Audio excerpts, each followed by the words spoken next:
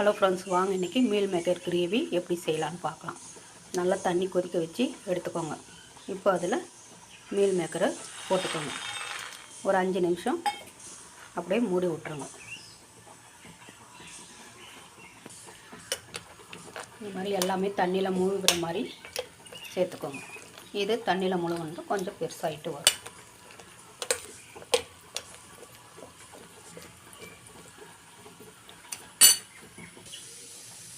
இப்போ இது அப்படியே ஊறட்டும் ஃப்ரெண்ட்ஸ். அதுக்குள்ளே நாம் கிரேவி செய்கிறதுக்கு தேவையான பொருட்களை நம்ம எடுத்து வச்சுக்கணும். காரத்துக்கு ஏற்ற மிளகாய் சேர்த்துக்கோங்க ஃப்ரெண்ட்ஸ்.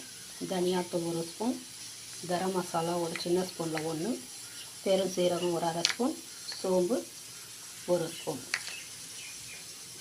பெரிய வெங்காயம் இந்த மாதிரி 4 கட் பண்ணி மெலிசாக எடுத்து வச்சுக்கோங்க. இதோட 2 பச்சை மிளகாய், ஒரு காஞ்ச மிளகாய், தக்காளி 2, மஞ்சத்தூள் சிறிதளவு, இஞ்சி பூண்டு விழுது ஒரு பெரிய ஸ்பூனில் 1 எடுத்து வச்சுக்கோங்க. வாங்க ஃப்ரெண்ட்ஸ், இப்போ எப்படி தாளிக்கலான்னு பார்க்கலாம். இப்போது ஒரு கடாய் வச்சுக்கோங்க. அதில் எண்ணெய் ஒரு 2 ஸ்பூன் ஊற்றிக்கோங்க. எண்ணெய் நல்லா காயிட்டோம் ஃப்ரெண்ட்ஸ். இப்போ இதில் பெரும் சீரகம் போட்டுக்கலாம். இதிலேயே சோம்பு சேர்த்துக்கலாம். இப்போ இதிலேயே பச்சை மிளகாவும் காஞ்ச மிளகாவும் சேர்த்துக்கலாம். பச்சை மிளகாவை நடுவில் கீரை போட்டுக்கோங்க ஃப்ரெண்ட்ஸ், இல்லைன்னா அப்படியே போட்டிங்கன்னா வெடிக்கும்.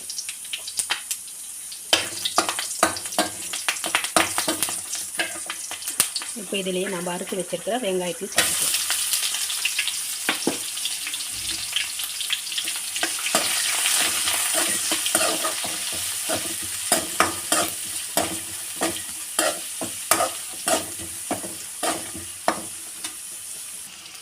இதுலேயே நம்ம எடுத்து வச்சுருக்கிற இஞ்சி பூண்டு விழுதை சேர்த்துக்கலாம்.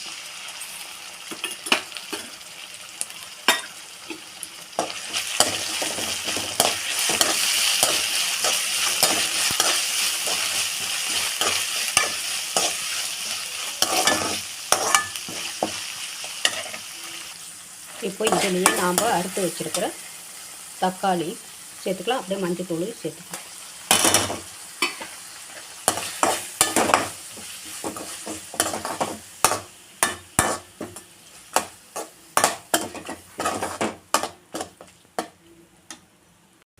தக்காளி நல்லா வதங்கட்டும் ஃப்ரெண்ட்ஸ். அதுக்குள்ளே நம்ம மீல் மேக்கரை தண்ணியிலேருந்து எடுத்துடலாம். ஸோ இதை எடுத்துடலாம் ஃப்ரெண்ட்ஸ். 5 நிமிஷம் ஆகிடுச்சு.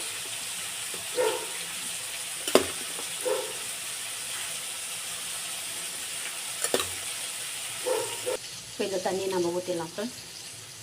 இப்போ இந்த பச்சை தண்ணியில் நம்ம எடுத்து வச்சுருக்கிற மீல் மேக்கரை சேர்த்துக்கோங்க. இப்போ இதை நல்லா இப்படி எடுத்து பிழிஞ்சி விட்டுக்கோங்க.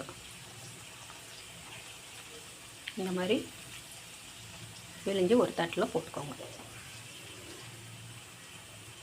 அது சூடாக இருக்கும்போது நம்மளால் பிழிய முடியாது. அதனால் பச்சை தண்ணி ஊற்றி இந்த மாதிரி போட்டுட்டு நீங்கள் பிழிஞ்சிங்கன்னா ஈஸியாக வந்துடும்.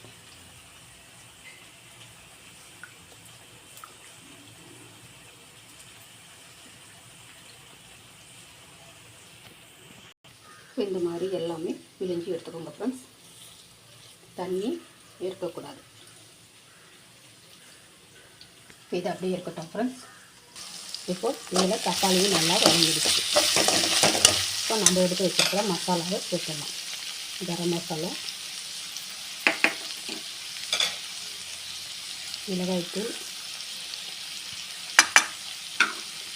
பச்சை மிளகாய் போட்டுக்கிறதுனால நீங்கள் பார்த்து காரத்தை சேர்த்துக்கோங்க. தனியாத்தூள்,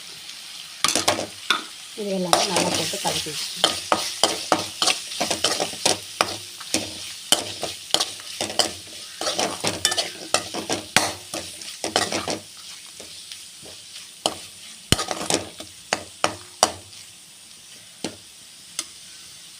இப்போது இதுலேயே நாம் எடுத்து வச்சுருக்கிற மீல் மேக்கரையும் சேர்த்துக்கலாம். நல்லா கலக்கி விட்டுறோம்.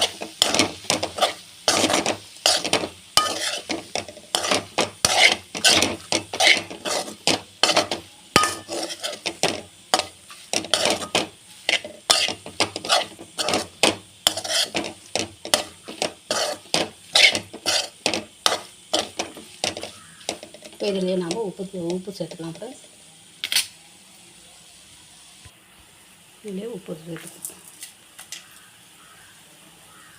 கொஞ்சமாக நாம் தண்ணி ஊற்றிக்கலாம்.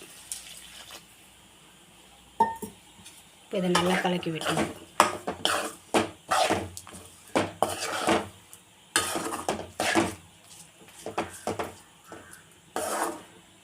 ஒரு 6-7 நிமிஷம் அப்படியே சிம்மில் வச்சு மூடி வச்சுருங்க.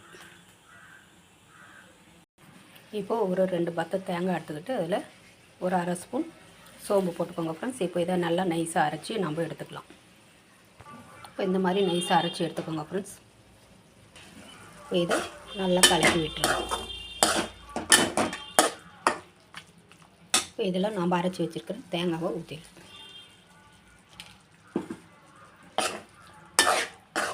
உங்களுக்கு தேங்காய் வேணும்னா நீங்கள் அப்படியே கூட சாப்பிடலாம்.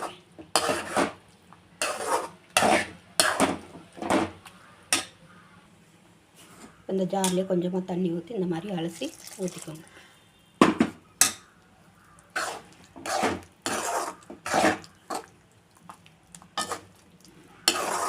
இதில் உப்பு காரம் சரியாக இருக்கா பார்த்துக்கோங்க.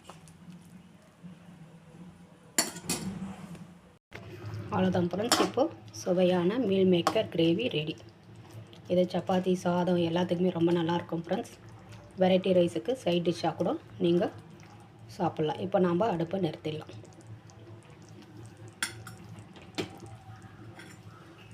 இதே மாதிரி நீங்களும் செஞ்சு பாருங்கள் ஃப்ரெண்ட்ஸ். செஞ்சு பார்த்துட்டு கமெண்ட் பண்ணுங்கள், ஷேர் பண்ணுங்கள், சப்ஸ்கிரைப் பண்ணுங்கள், லைக் பண்ணுங்கள். நன்றி, வணக்கம்.